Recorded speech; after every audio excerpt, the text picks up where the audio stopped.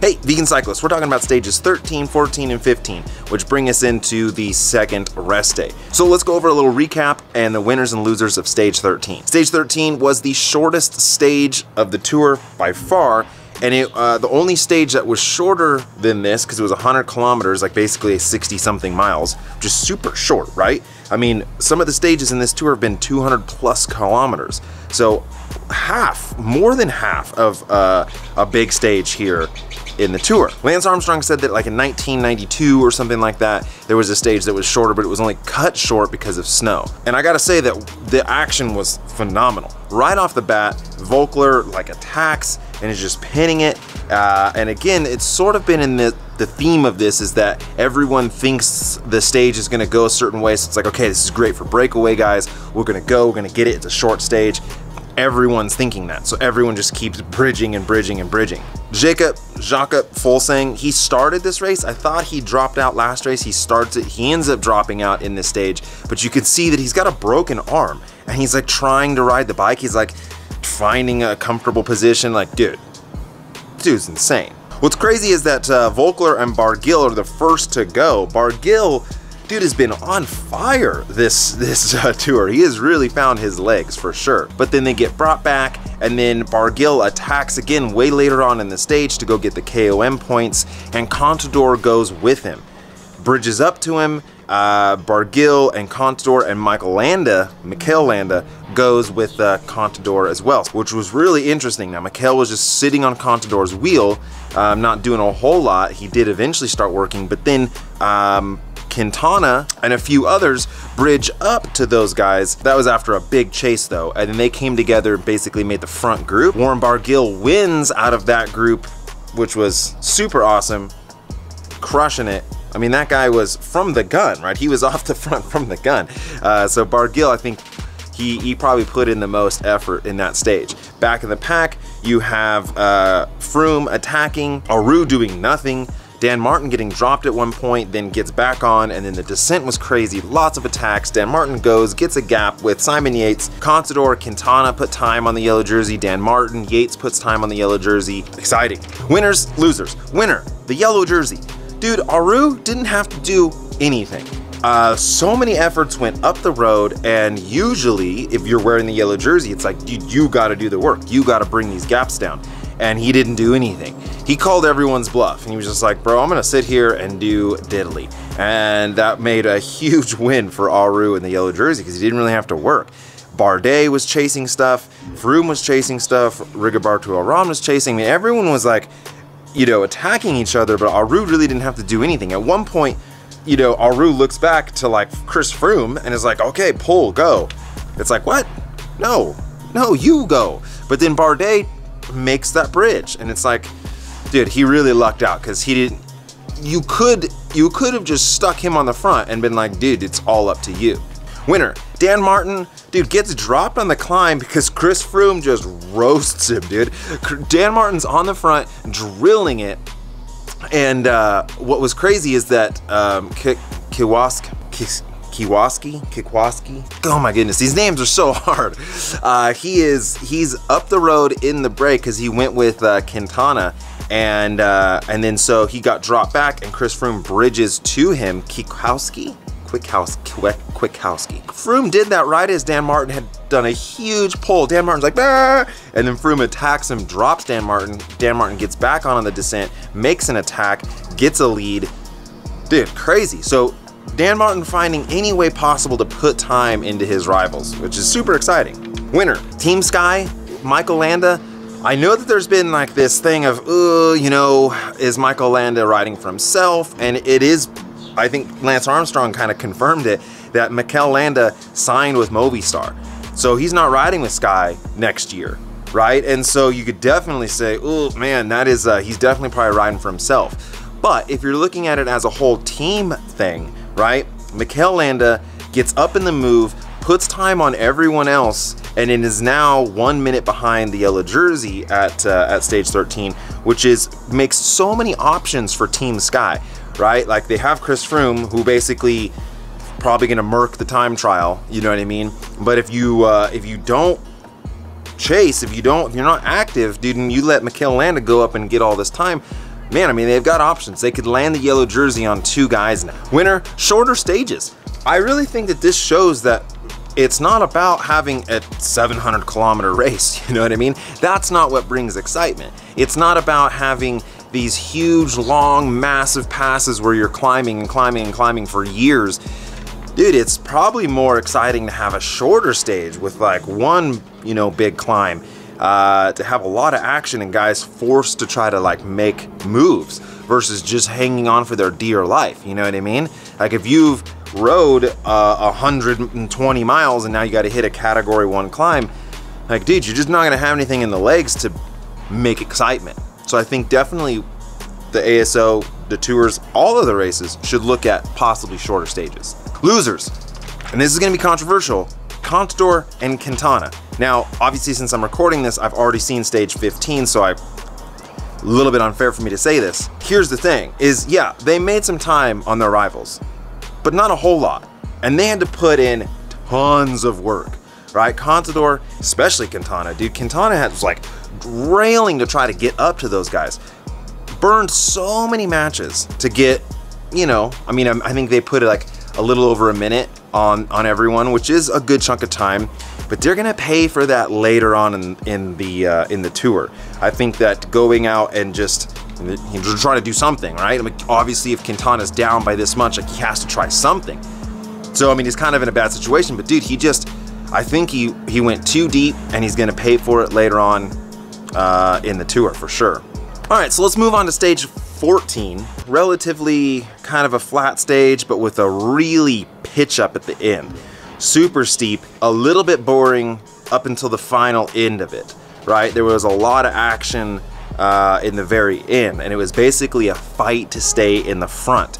And what's kind of crazy is you have GC guys and then guys wanting to get the stage win, like Greg Van Vandermont. Greg out of Vandermont. Dude, so Greg and Michael Matthews, they're trying to get up in the front because they're like bidding for the win on this, right?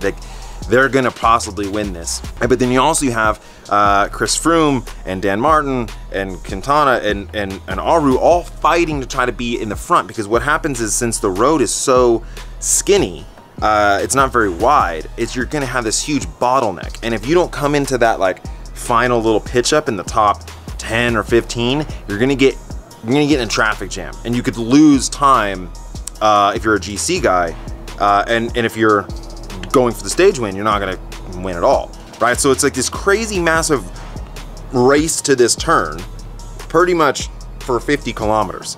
They get to this pitch up, and dude, it's just like full gas. Guys just ripping it. You see basically Michael Matthews on Greg's wheel and comes around, gets the win. Froome takes back the yellow jersey because of Aru not being positioned well. It's really exciting in the very end. So let's talk winners and losers of stage 14. Winner, Michael Matthews, lights it up, gets a stage win. Super cool. This guy's been really in the front of the race, active in the race, the whole tour, right? Like he's just been exciting to watch. So to see him get that is fantastic. He won last year, basically doing the same thing. So good on to you, Michael Matthews. Winner, Team Sky, Chris Froome. Team Sky got their man to that turn positioned so well, right? Chris Froome had no one really in front of him when he hit this wall. So he was able to just go as hard as he possibly could. And everyone's saying that like Kwiatkowski was screaming at him, the team car screaming at him like, go, go, go, go, you got this, you got this. Dude, he went out of his skin. I think he finished 7th. Right, he did pretty well just overall on this stage, but he just lit it up. And since there was such a traffic jam and everyone else was so far away from him, he put on some big time and takes back the yellow jersey. Loser, Fabio Aru. Doesn't really have a solid team around him right now, so they were not able to bring him up through the pack. That should have been on him, dude. Aru should have been doing everything he could have to stay the front of the race. And coming into the last climb, dude, he was like last wheel. He was on the very back. Dude, that's just, you can't do that. As the yellow jersey, dude, don't be in the very back, and he's in the very back. Ouch, man.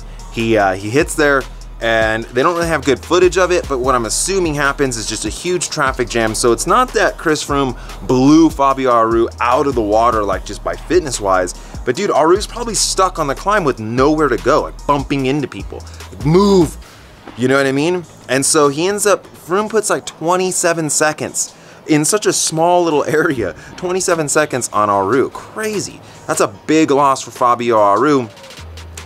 Getting, you know, he gained time in the last stage and now 2 stages ago, and then now loses not only a ton of time, but the yellow jersey. But with that being said, winner Fabio Aru, because I'm gonna say in the last stage, in stage 13, by usually wearing the yellow jersey, it forces you to do moves. It forces you to do work. And with Fabio Aru holding onto the yellow jersey, dude, he didn't have to do any work. He didn't do anything. And so I think that if Aru had kept the yellow jersey, he would have gotten himself into a really bad situation where everyone is just saying, hey, you've got to work, you got to do it. And now that that yellow jersey is off his shoulders, it kind of gives Aru a little bit more freedom. And since he doesn't really have a team, he has to ride solo and just like hang on wheels. And now that he's back on Team Sky, that's gonna put the responsibility on them, and they play that game. They take that responsibility.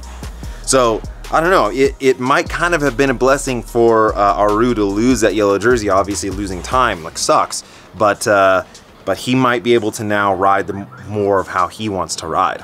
All right, stage 15, super exciting stage, but I really wish that this stage had been a hilltop finish.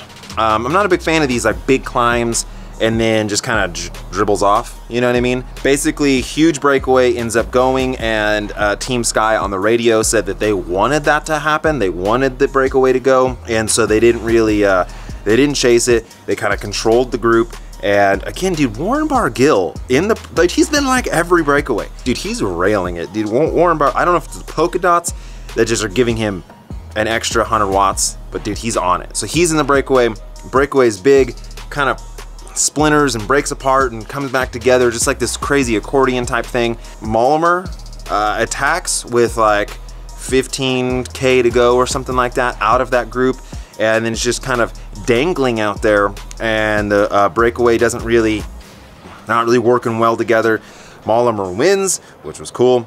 But a lot of drama way back down the road with Froome and the yellow jersey group. So now, okay, the race is on. AG2R is pinning it. They hit this downhill, this little like downhill, and Sky and Froome get gapped a bit. So they're just like railing to get back onto that front group. As soon as Froome gets onto the group, he has a flat tire, so he has to hold his hand up and get a change, a spare. And Kwiatkowski, dude, I don't know his name. He gives him the wheel or a bike or something like that and sends Froome off. But now he's 40 seconds down off the lead group, and the lead group is smashing, dude. They're not going easy, right? And so a lot of people would say, got mad when everyone waited or Fabio Aru attacked Chris Froome when he had a mechanical, and was like, no, you should be able to attack anytime you want. This is game on, right? It's not like just because you have the yellow jersey means no one can attack you. That's not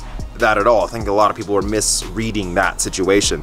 It is just, if we're all hanging out and I have a mechanical and the race isn't really on yet, dude, that's kind of a dick move to attack. But this dude, the race is already on, it's pinned. They're not gonna slow down for him. It's like, dude, bad luck to you. And so he has to make up a 47-second deficit. Michael Landa in that front group comes back to help Chris Froome as Chris Froome runs out of teammates. And Chris Froome does make it back onto the group. But dude, he was in real danger. If he had not made it over the top with that group, he could have lost a ton of time. So really exciting, but kind of a bummer, because it looked like, obviously, if AG2R and that group is flying and Chris Froome caught them, I don't know, man. Maybe Chris Froome had it in him to attack, but we didn't see that. Coming into the town, coming into the finish, Dan Martin attacks again like he did in the last stage. He attacks, he gets off the front, he's railing it, and he catches some remnants of the breakaway. De Gendt starts working with them. They're like working together. It was like, dude, how awesome would that be if you're breaking away and you're like, and you're so tired, and you see guys up the road and you get onto them and they work for you. Like, that was super cool. So again, Dan Martin breaking away, not on a climb, but on the flats. Chris Froome did do a little bit of work to try to bring Dan Martin back. And so, but yeah, that was pretty much the stage. So let's talk about winners and losers of stage 15. Probably your biggest loser is going to be Quintana. Gets dropped, loses minutes. I mean, dude, just so far off. And again, I mean, that's why I said earlier in stage 13 that his big breakaway was cost him. Obviously, I knew that it cost. I'm super psychic, but so, you know, man, I think that he just doesn't have it in the legs, and he just lost a ton of time. So it's kind of a bummer. I think that you can pretty much write Quintana off at this point, because he needed to be up. Going into the time trial, Quintana needed to be up by 2 minutes. You know what I mean? And being down by 6 minutes, you know, bummer, bro. Winner, Molimer and Trek Segafredo. You know, obviously they came here with hopes of Contador, and so getting a stage win, dude, that's always going to be awesome for them to have that hanging on their hat. So, and dude, that was a pretty ballsy move. That breakaway was kind of exciting. So, dude, that was awesome. Winner, Chris Froome, not ruining his tour on this stage. That is like a really mistimed mechanical or flat or whatever it is that he had, and to be able to get back on the group, it's like showing that he's got the fitness. You know, Team Sky helping him get there. Team Sky having Michael Landa come back, even though, you know, that was kind of risky because they have Michael Landa basically 1 minute off the yellow jersey. You know, do you bring him back? Do you bring him back to help Froome? That was a hard call for sure. And it's like he couldn't really do a whole lot for him. And they were kind of riding on the cars. But dude, that shows a little bit better team, you know, cohesiveness. Team Sky looking good, but getting Froome back on and not losing a ton of time.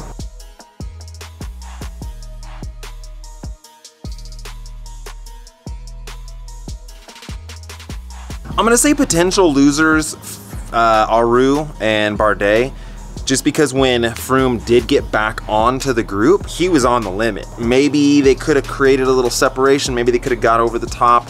I know that the group, since Froome was chasing so hard, they're hearing it in the radio, so they're probably already like jamming. So maybe they had nothing left. But you could see Simon Yates attacked in the final little couple climbs, you know, a couple kilometers. So someone had something. I mean, if Yates and Aru and Bardet had attacked Froome right as he got on, there's a good chance he might have been dislodged. So since they didn't attack, I don't know. I mean, the thing is that Aru, to me, doesn't look like he's that happy right now. Like he just sort of looks like it's coming out of him that he thought he was going to be able to do this. And also, here's the other thing: is back in stage 13 when they didn't really they didn't force Aru to do work. Maybe they don't really respect him as a potential GC contention. You know what I mean? And I know everyone's like, nah, he is. But I don't know, man. He's not. I don't think he's looking that great. I think he's going to totally crack in the next week. I think there's going to be one of these climbs where Aru just loses minutes. And so I would say that Aru's not even going to finish on the top 3. I think that he's going to lose a lot of time in the time trial. I think he's going to crack on one of the stages. And so probably be Froome, Bardet, and Rigoberto Urán, or maybe Dan Martin. I think that's going to be the podium. Next stage, rest week tomorrow. Then on Tuesday, it's a sprint stage. And then we get back into some big climbing mountains, which I think that's just going to stir everything up. This tour has been exciting. And I appreciate you watching these videos. I hope that I'm doing a good job. I know I'm butchering every name. Sorry, I am from America. Thank you guys so much. Vegan Cyclist. Yeah.